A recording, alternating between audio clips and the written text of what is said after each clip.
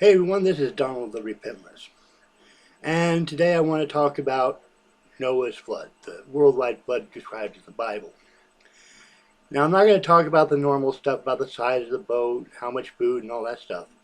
There's a couple of things that I've noticed haven't been discussed a lot.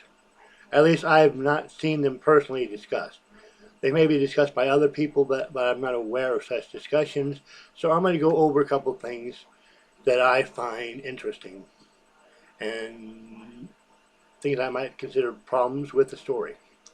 Now, like I said, most people who talk about Noah's flood, they tend to talk about things like how many animals the boat could carry, how much food the boat can carry, how many, and that kind of thing. The physically about the boat and about what they would eat and what they eat afterwards. And have something that I thought of while I was listening to the discussion between Dark Matter 2525 and the atheist engineer. And I'll get to that a little later. But I want to get first talk about a couple of things that I haven't noticed discussed. In fact, I tried to look up a couple of things, and I really couldn't find anything. Now, before I get into it, I'm going to tell you a quick bit of history. In 1816, that it was known as the year without a summer. What was the cause of this year without a summer? The previous year in 1815, Mount Tambora in Indonesia erupted and filled the atmosphere with dust and ash. And like I said, the next year, worldwide temperatures were decreased to the point where it was called the year without a summer or the year of poverty, where it was snowing in New England in July, and they had snow on the ground. The reason I mention this is because that one event caused global ramifications for weather. Can you imagine how much more of an impact the world covered by however many feet of water would cause? And I'm surprised that no scientist or scientists have done some kind of modeling of what the effects on the environment would be of the water covering the earth to the point that the Bible describes it. I tried looking it up. It's possible my search skills isn't very good, but it seems to me that either this research hasn't been done or is simply not available online for some reason. But think about it. Water that high would mess up the ocean currents, which help regulate temperature, and I think in most cases keep it a little cooler. It would mess up the trade winds. Now that wasn't too important to the people back then because they weren't traveling the globe like we are now. But that also helps to regulate the temperature of the earth. And having water that high, would mess with the salinity. And people have mentioned this in terms of like fish dying. But let's think about it this way.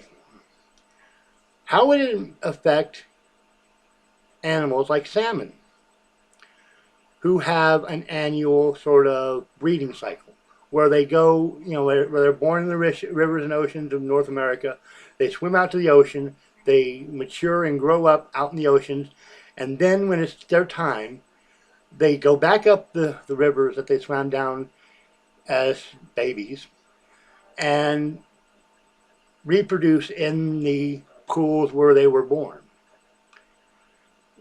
Without those pools, without the rivers, excuse me, it would totally mess with that natural cycle.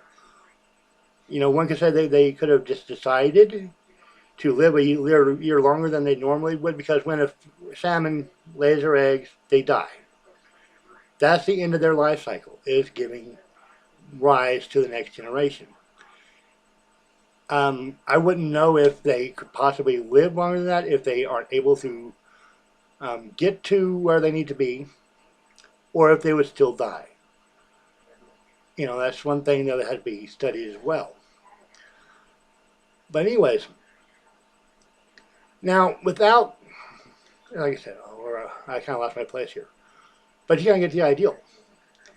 And with the hype being that, how would that also affect, you know, would the ocean for that whole year be absorbing just all that heat from the sun?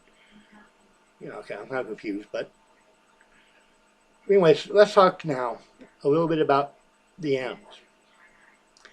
Now, I've heard in some of the video discussions I've seen on YouTube about this, that the carnivores would eat the carrion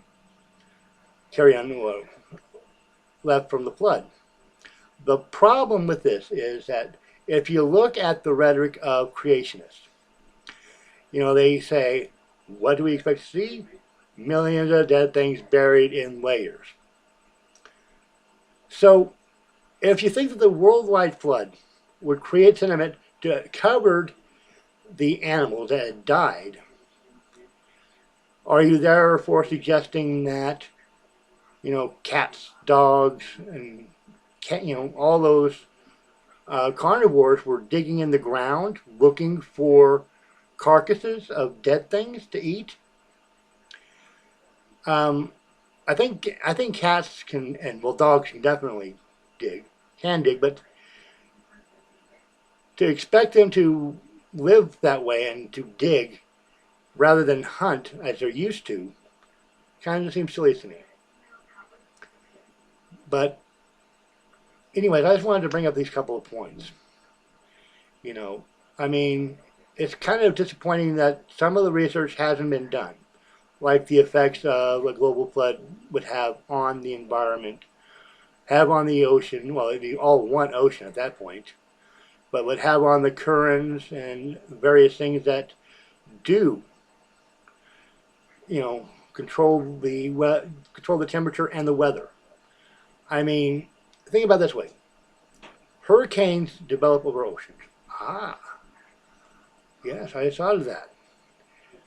Develop over oceans. And having one big ocean being heated by that, wouldn't there be like huge storms during that whole year?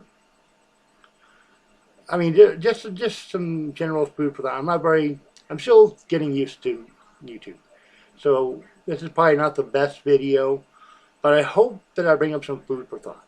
And if you know of anybody who's done any research or computer modeling of what would happen to the global environment if there was a global flood as described in the Bible, and you have a link to that information, please leave it in the comments below. If you have any, well, like I said, just leave them in the comments below. Happy New Year's, everyone. This is Donald the Repentless. Well, I'm not signing off yet because I haven't done the spiel about, you know, like this video if you like it. Hit thumbs down if you don't like it. Subscribe for more Repentless content. This is Donald the Repentless, signing off.